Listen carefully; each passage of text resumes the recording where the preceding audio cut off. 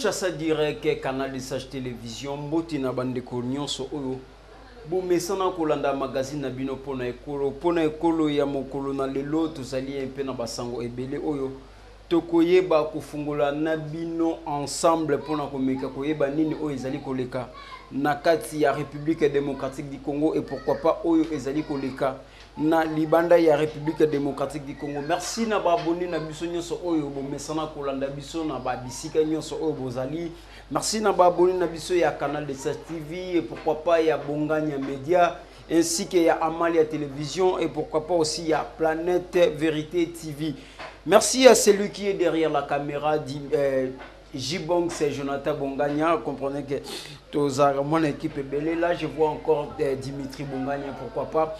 Paul Olenga depuis États-Unis en réalisation et à Yoshi Yalala Bangoura. Merci encore une fois de plus na équipe technique, équipe rédactionnelle Mobimba Oyo Baeba Kabongo na kokita na terrain. Là, je vois la Corona et pourquoi pas Rachel Chako, comme moi je l'appelle Rachou.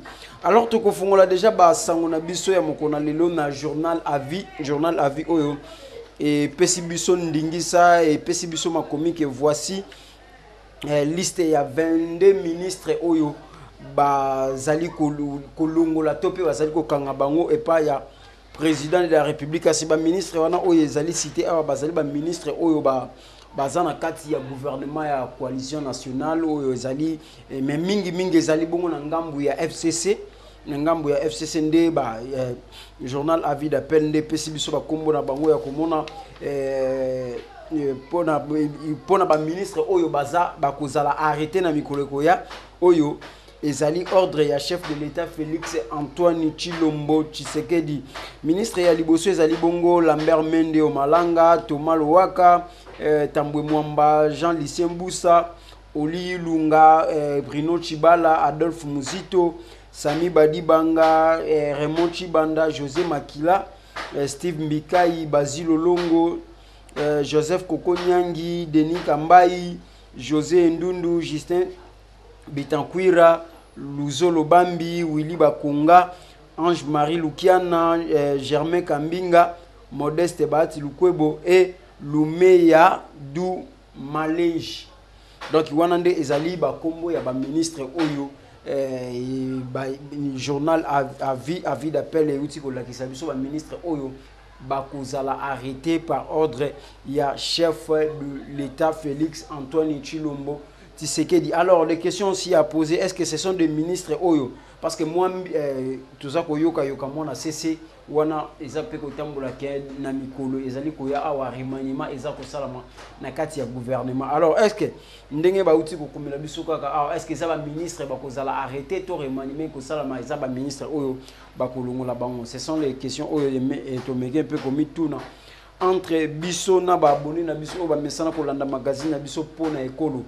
Kasi to komeka un peu ko yeba ngona mikolo ezali ko ya est-ce que ezali pe risque ya koyeba na kopanza mariage wana ya cash na FCC ou comment? Est-ce que ce sont des questions à poser? Est-ce que ba ministre wana pe po mingi oyo ba ministre oyo totangi awa bazali kaka ba ministre oyo bazali bongo na ngambu ya FCC eza ba ministre oyo bazali na ngambu ya FCC na lokasa ya mibale to komeka mpe kotala dossier oyo ezali ya Vital Kamerhe Lwaka Ningina King alors que na mikolo o elekito uteko toza koloba moi dossier yango mikolo nyonso po yango nde vraiment ezali moko ya actualité ya makasi o ezali ko salama na kati ya République démocratique du Congo.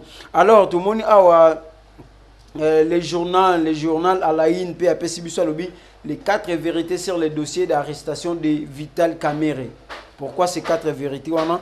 Tout le monde premier point o ezaki bongo Vital Kamerhe alobaki ke ayebi eloko oyo bakangeli awate est-ce que azawana pona nini un peu amekaki pe kotal biso pourquoi bambongo wana ya yen somoko ya 370 millions de dollars oyo ebimaki nde Vital Kamerhe pe amekaki kotuna est-ce que mbongo wana ebimika ka boye ke kaka boye sans que ba directeur ya banque bayeba sans que ba financier ba ministre ya finance ayeba to ministre ya budget ayeba yango pe akomeka kolobela biso yango na mokona lobby parce que lobby mercredi le 3 nde ye akoyeba lisusu na kosamba pona koyeba dossier wana ndenge nini ezali kokende po na koemeka mpe koclaircir na baopinion nyonso oyo ezali koleka na kati ya République démocratique du Congo.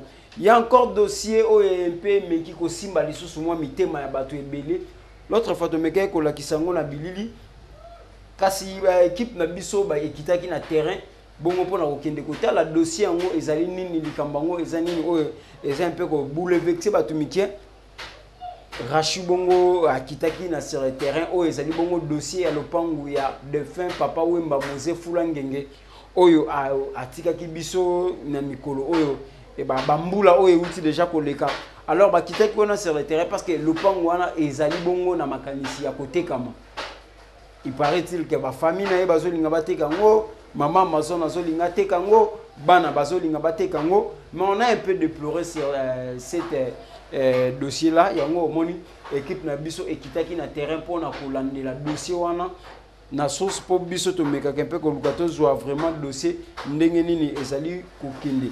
Alors to na makasi ya Jonathan Bonganya Jibongs to tala ba image wana ndenge équipe na biso ekitaki sur terrain et to zonga pour na ko continuer magazine na biso ya mokolo na lelo po na ekolo. Merci. Lelo actualité ya mokona mokolo lelo tokiti wapi tokiti na commune ya Ngaliema na quartier Joli Park pour na kotala pe ko yeba évolution ya mayete ko circuler na ba réseaux sociaux pour na koloba ke lopango ya papa Wemba bazali koteka yango. Yo donnez ma weja tozali na avenue Avenue de la Forêt quand des beaucoup moins na sima na Congo ngai Avenue de la Forêt nde yango toko kota toko kende penza ko yeba est-ce que ya solo ezali vraiment le pango ba koteka toko sona mama Amazon toko kende penza na kati ya le pango oyo ezali Avenue de la Forêt quartier Joli Park na commune ya Ngaliema na banza beaucoup moins la penza toza penza na kati avenue toko koba toko kende ko koma to sona mama Amazon aibisa biso ndenge kotambola ba réseaux sociaux. Est-ce que ezali ya solo que le pango kotekama to pété to kota na le pango to sona mama Amazon et bongo te bisa bino nini koleka.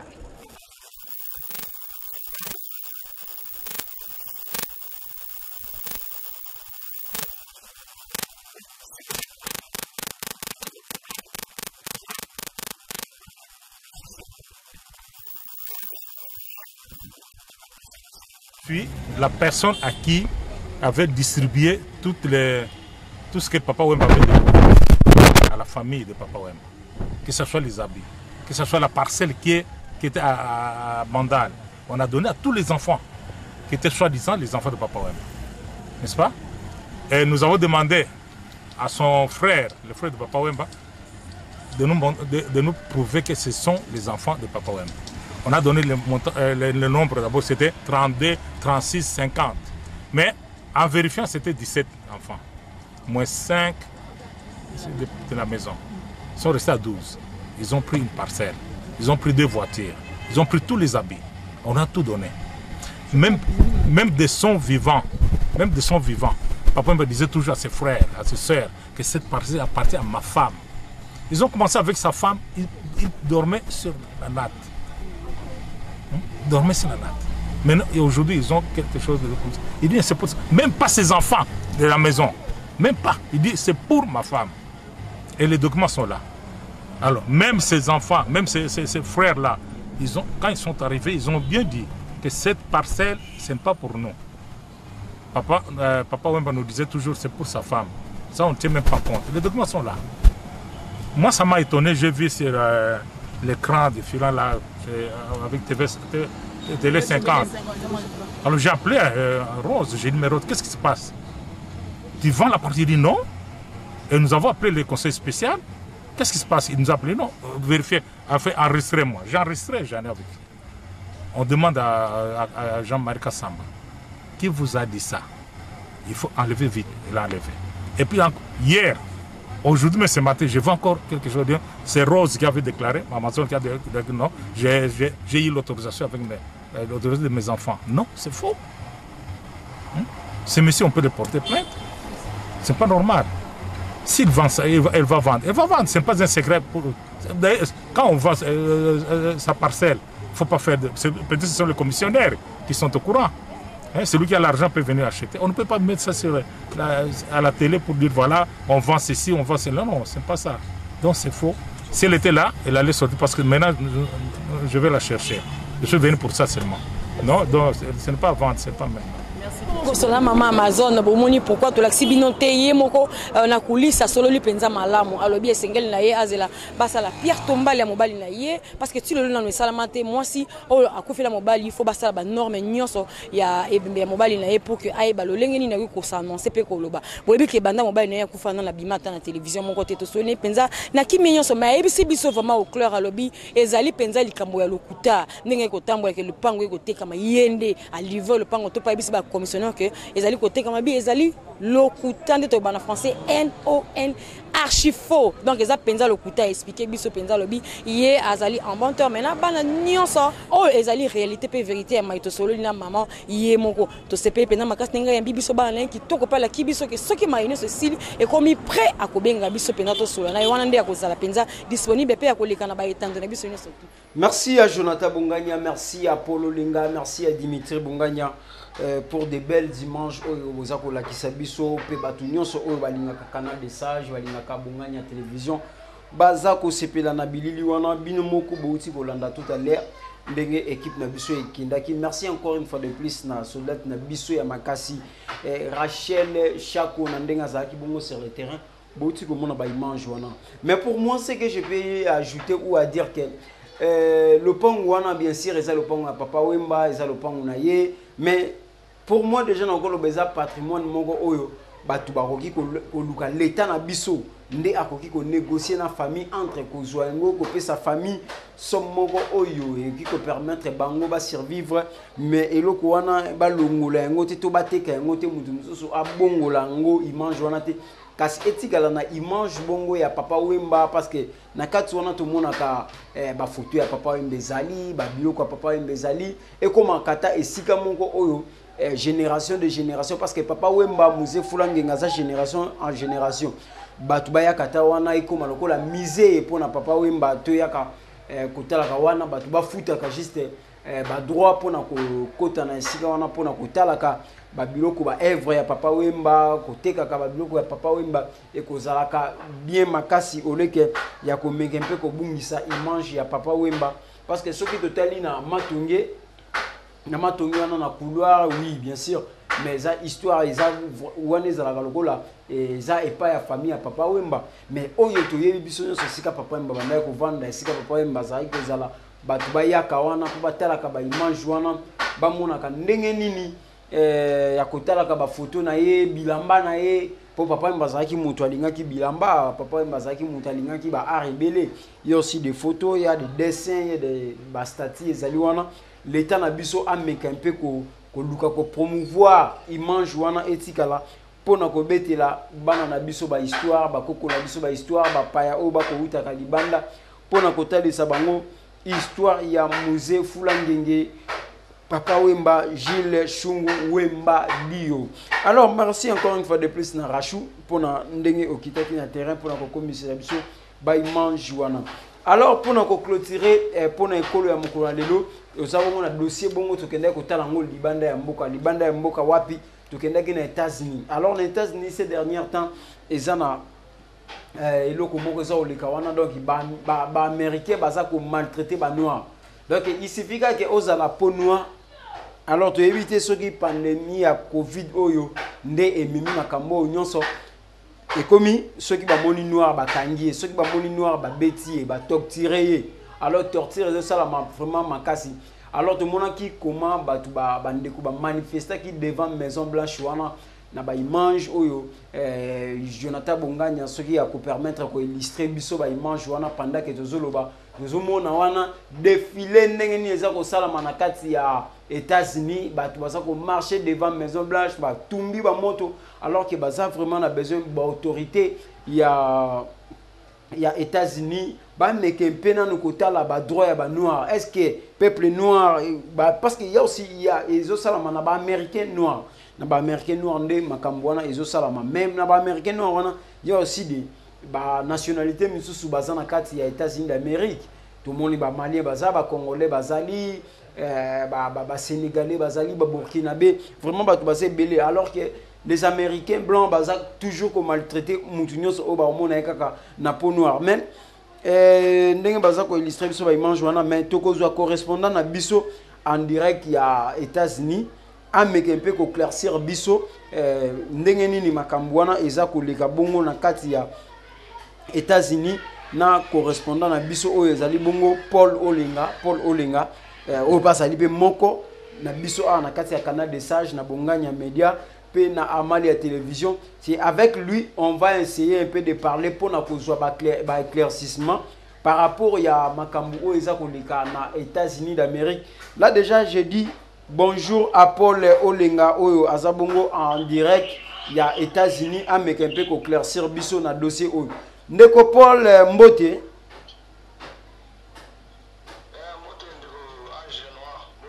Boni bino kuna na États-Unis.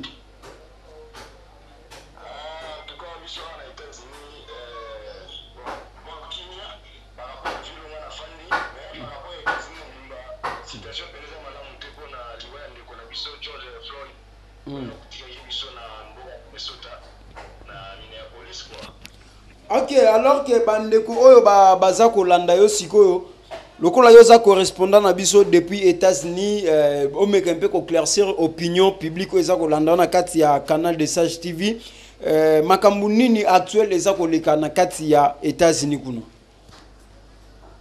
Et en tout cas actuellement na kati ya États-Unis awa presque dans toutes les grandes villes ya États-Unis na ba état nyonso moi ba désordre des ali ba noir baza ko protester ndenge ba otobenga racisme ezali kozala mingi na côté ya ba noir quoi baza ko réclamer comment baza maltraité na bandeko na biso ya ba mindele soi-disant otobenga donc racisme eza pena makasi par rapport à la noir quoi yango ndo moni ke mikolo ba désordre zo salema ya kosakana te vraiment na ba ville nyonso ville na ngai ana fandi na Lexington na état ya Kentucky soko tali na New York kutu kolobate na LA na Los Angeles kutu n'en parlons même pas so tali presque ba basketteurs tout ba grande star ya NBA ba kaza ba mekonta par rapport à acte na parce que majorité ba noir ya ba basketteurs baza ba noir baza ko protester pona ndeko na bango akufi ndeko na biso akufi atiki biso na mboka ya Minneapolis na état ya Minnesota.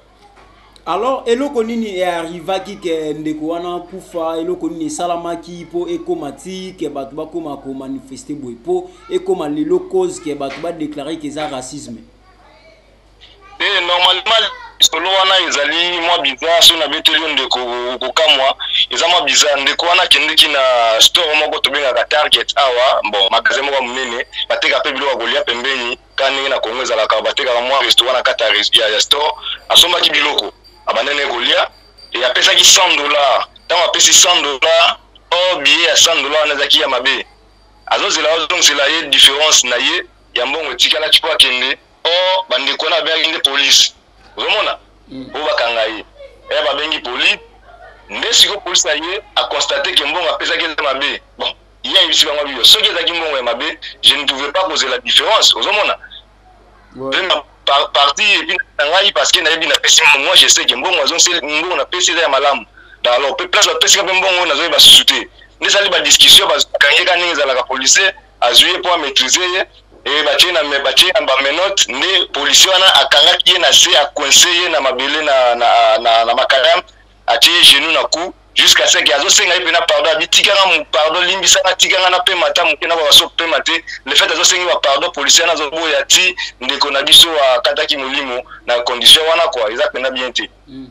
Alors quelles sont les mesures au gouvernement américain ezako zwa par rapport ya ba manifestation au ezako sala mamino? En tout cas, ce qui est vrai, gouvernement américain mesure comme tel les actes parce que à les États-Unis, moi liberté wana ezali parce que chaque État azana bien qu'on aille na makamunaye. Ozomona. Donc chaque État azosa makamunaye mais bazana gouvernement central moko oyo Bush azako diriger comme président de la République mais chaque État azana gouverneur na ye na administration na ye Donald Trump ou Bush. Donald Trump na lobby. Ouais. Donc toyebi siko eroyo bandeko nyonso ba noir nyonso tout ya États-Unis ba États nyonso bakutani na bamboka nyonso azali baza ko se manifester parce que biloko oyo eza ko se répéter à maintes fois. À maintes fois que bandeko na biso ya peau blanche baza na posa ya ko discriminer ba biso ba noir awa na mboka oyo tofandi. Mais ce qu'on bien le noir qui donne plus sens pe ya mboka aux États-Unis quoi, bangonde basala la misala, bangonde ba pesa ngo forme, bangonde baza ko bunda kutu pona mboka oyo kemindele ole ya racisme quoi. Mais chaque état baza ko za disposition na mona ki ba policier presque nyonso basengi bazo senga ba pardon, bazo fuka mela kutu ba noir, ça dit bazo fuka ba sengi ba pardon, ba lobi noto za la yini. En tout cas, acte wana ba déplorer yango basengi bolimbi sina ba noir ndé na moni mo attention komi ko kita pa ba ville mususu. Comment? Alors, manifestation oye salami devant Maison Blanche, au monde en tout moni ba moto wana ils ont là. Alors, est-ce qu'il y avait seulement des noirs américains ou des noirs ou il y a aussi des américains pour blanc le roi to benga kamindele pe bazaki ko ba déconster acte wana?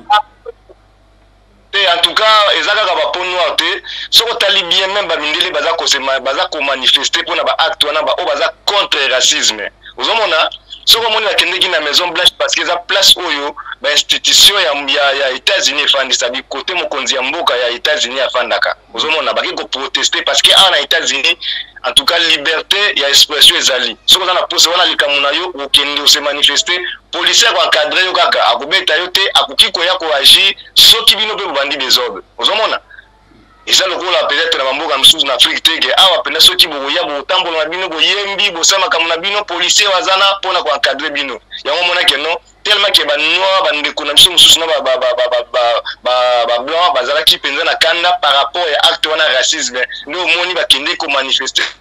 Chaque état azana ba mibeko na ye malgré le gouvernement central les amoko oyo Donald Trump aza ko diriger comme président. Alors oyo nengo monaki ba manifestation esalemi liboso ya Maison Blanche ezali parce que ba noir ba yebi ke place wana nde mokonzi ya mboka fandi fallait ba kende ba se manifester a sentir pe kanda na bango amona ye moko na misu ole ala wana ba TV ba betele na masolo te yango monaki ba ndeko wana ba kendeki mais ezaka ba noir te mais na ba mindele oyo bazali contre racisme nde bazalaki kuna mo ebele en tout cas ba bazalaki ebele omoni batumbaki mituka babuki bazo mususu bapite donc en tout cas badegezaki makasi mais quand même police etalaki mosala nango ekoma eti même babengaki nde basoda parce que awa basoda bazalaka na ville te baza na bakana na bango mais yai vraiment intervention même ya basoda pour que ba maîtriser situation wana et jusqu'à ce qu'ils ezalaki maîtriser nde omoni mwa kimia et meki kokota muke na niveau ya Washington quoi. Alors ndenge kimia meki mpe kokota bon siko institution et puis to ba gouvernement président ba ministre. Alors quelles sont les mesures au bazuito ba ABC ba ndeko wana nini pona koluka ko calmer bango? Non, yango nazolobati ndenge za boye gouvernement central c'est-à-dire le président Donald Trump a zui ba mesure oyo rekozwa ba mesure na ye eza plus a kozwela yango par rapport ya mikonzi ya bamboka ya ba état o nyonso c'est-à-dire chaque état pe ya kozwa ba mesure na ye mais le problème c'est que yo bandeko wana o bazaki na action o ya koboma ndeko nani George Floyd baza condamné na o babengaka meurtre quoi baza condamné bakangi ba policier wana et comme meurtrier et puis à part ça ezaka kuna te na ebisio ba désordre salema na net awa na itananga na Kentucky awa ezana ndeko moko ba bomaki ndeko wana azali benoa bango pe bande ko manifester mais policier moko abetaki masasi yezui akufi sur place on ndeko wana zaki neto bien kuna communément ba twasala ka ba comment on les appelle malgré ba watu mabilo na ko ba watu ba poulet le roi ba poulet mayo bande ko sa ba barbecue na ye ne ba bomaki azaki populaire na mboka wana et ça là qui désordre sous la ville wana donc jusqu'à ce que maire de la ville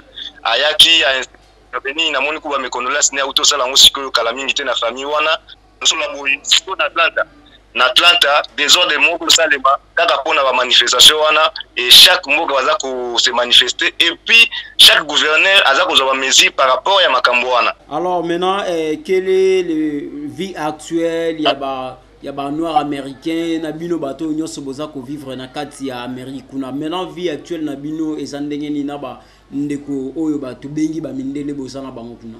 Bon, ce qui est vrai, bilo kwana eza plus surtout na ba mboka oyo ba désordre salemi makasi biso pe to manifester qui met désordre zaki penzate mais vie eza nango normal. En tout cas le bien c'est quoi, comme la police déjà ils ont senga pardon ozomona mutasala ki acte on eza policier eza la policier ya mwindu eza la policier ya pembe bango so senga bolimbi si bazo fukama pona ba manifestant ba tika désordre toyokana. En tout cas déjà eza image ya bien ils ont ça déjà moi bolingo mais tolingi bato balongola idée ya tsadi makanisi ya racisme na mitu na bango surtout mindele bango azokanisa baza plus ba américain que bato mundu. Oh c'est pas ça. So déjà soit to sali nationalité soit to botama awa mutu moko ata leki muninga na nationalité que ngana za plus congolais ou soit plus américain que muninga.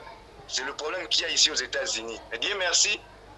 Makambo za kokende mwa muke malembe na ndenge ya kimia et makambo za ko évoluer nango très bien quoi. Ba vie ezozonga nango normal malgré ba perte salemi ya ba mituka ba maison ya batu, mais je suis sûr que comme ba biloko nyonso za rassurer assurance a ko s'en occuper nango quoi.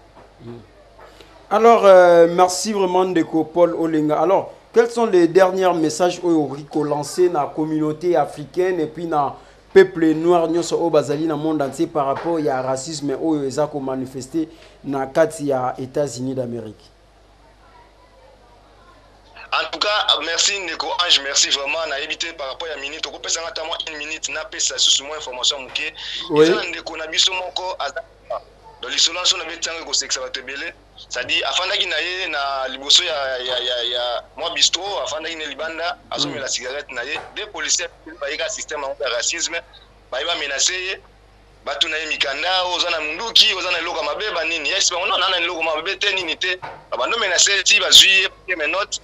Et il s'est permis à tiki bango bacha mes notes et bazo tcha maboko na ba poche pour vérifier son biloko nini babimisi wallet to bien rapporter monnaie babimisi na poche et batali boye oh ndeko na zalaki mutu ya FBI ozomona oui surtout ko yeba azaki FBI yeba moni bongo batiki yesi bango bite bino okanga kingai na esi bino na logo moko te bokangi ngai sans ko yeba o ngana zali na besoin ya chef na bino chef superviseur na bango aye tango aye na esi bango asengi sikoyo bango ba identité na bango ndazui ba identité na bango aesi bango bibandeko musala boyo sala za malamu te. Alors soki si ngana bina kanga bino e ko sala ndenge nini ozomona ba police na chef na bango asengeli bango pardon esali ke no aki bandeko na ye bazaki ne ba masa na ye ba benye no tika bango to kende nde ba kendeki eza ko sala pasi ke mutu nyonso ko kanga mutu bongo te po awa bango amona ko ba noir américain ba suspectaka bango ke no baza ba violent baza ba arrogant baza ba tumo boy ba maîtrisaka makambo te. Ça dit soki mutu aza siliki ya ko sala mabe ndo mona ba police ba banga mingi ba noir américain. Mais c'est pas tous les noirs qui sont mauvais. Mais si on a une question, il y a un message, en tout cas, message c'est ça juste que tu as dit que ma bise partout. Mais bandeko o baza ko sala mabe africain, en tout cas ba mega ko limbisa, soit ko ki ko limbisa mabe yango pardon, ba tika mabe, zamboka mibeko. Awa soko za ezala nani, awa ndeko ya zalaka te. O mwana ya soko sali mabe, en tout cas oko subir loi. Soko sali malamu o za na problème te. Alors tomi to ibandeka kotambola parce que ba misusu o toza awa na mboka oyo tozokanisa pe mboka na biso ozomona malgré ba ne to sali na mboka oyo to boyi ko changer ba nationalité parce que to na souci ya mboka na biso po to yebi que un jour to kozonga ka pe to apporter un plus na biso na mboka na biso oyo to wuta ba pays d'origine na biso. Alors to yeba kotambola na mboka oyo pona oyo to benga casier judiciaire na biso ezala malamu soki lelo obebisi awa kanga na prison en tout cas obebisa makambo ebele pour prison awa na biso eza mabe makasi eza mabe donc to éviter makambo mabe nzambe ya sunga biso et puis tozala bomoko ka nde tolobaka pour meka ko avancer na bamboka oyo toyaki koluka vie quoi. Ok, merci Ndeko Paul Olenga oyo tozalaki na correspondant na biso depuis États-Unis na ville ya ke ba komona bino na ville ya Lexington. Ouais. État ya Kentucky, Lexington. Ok, merci Ndeko Paul na ba précision par rapport ya racisme oyo eza koleka na kati ya États-Unis. En tout cas, problème est que tout ça disposé à chaque fois qui appelle les amis, bobenga tokopé ça mon éclaircissement par rapport à la réalité. Donc, il s'appelle abonner bande de connaissances sur Congo des Sages, pardon, il y a Canal des Sages, pas s'abonner, pas à la wata, kalamingi te na osala bango pe live moko awa direct moko pona makamozo leka na état nga na fani ya Kentucky, ba désordre de salmi na ville na biso na ville pembeni pour que bayeba nini za koleka siko na Kentucky. Donc je me dispose pour na osala bango pe live moko awa siko quoi. OK, merci vraiment. En tout cas, merci vraiment. Bon, des bonnes choses et puis, na bande nyonso. Merci. Là, c'était Paul Olinga, depuis correspondant à Bisso Otozakina depuis États-Unis. Il y a un peu éclaircir Bisso par rapport au racisme actuel dans les États-Unis, dans la ville de Washington, New York, vraiment des heures de Salamaki, Kendaki Bongo, Liboso, il y a Maison Blanche pour manifester, pour autant la plus intérêt na bango ba vivre comme tout le monde donc to aussi koyoka ba explication nyonso nande ko na biso Paul Olinga correspondant na biso tozaki na ye depuis na États-Unis d'Amérique américain peut kopesa biso ba précision sur ça. Merci qui commence bien, qui finit bien. Nous sommes pratiquement à la fin de cette magazine pour na ekolo auto mais ça na koza na bino mikolo nyoso balobi to mesana yango mikolo nyoso banda koza ba info na bino ozali ko tambola na kati ya mokili mobimba pourquoi pas na kati ya République démocratique du Congo na Afrique du Sud na Angola to komeka mpe kokota na bande ko nyoso a contact o bazali na libanda po ba meka kopesa biso ba information nini oyo eza koleka na mokolo pe biso toko misela kango bino bisika nyoso oyo bozwa mais soki bo sepeli na ba image oyo bopesi merci bongo na J-Bong, c'est Jonathan Bonganya qui est derrière la caméra. Merci na Dimitri Bonganya, merci na Yoshi Alala et pourquoi pas na Junior Bolumbu, na Amalia Télévision, na Bonganya Média et à Canal des Sages TV. Et quant à moi, avec Messaï Ange Noir, l'héritier de la presse congolaise, je vous dis bye bye et on se retrouve dans un autre numéro. Merci.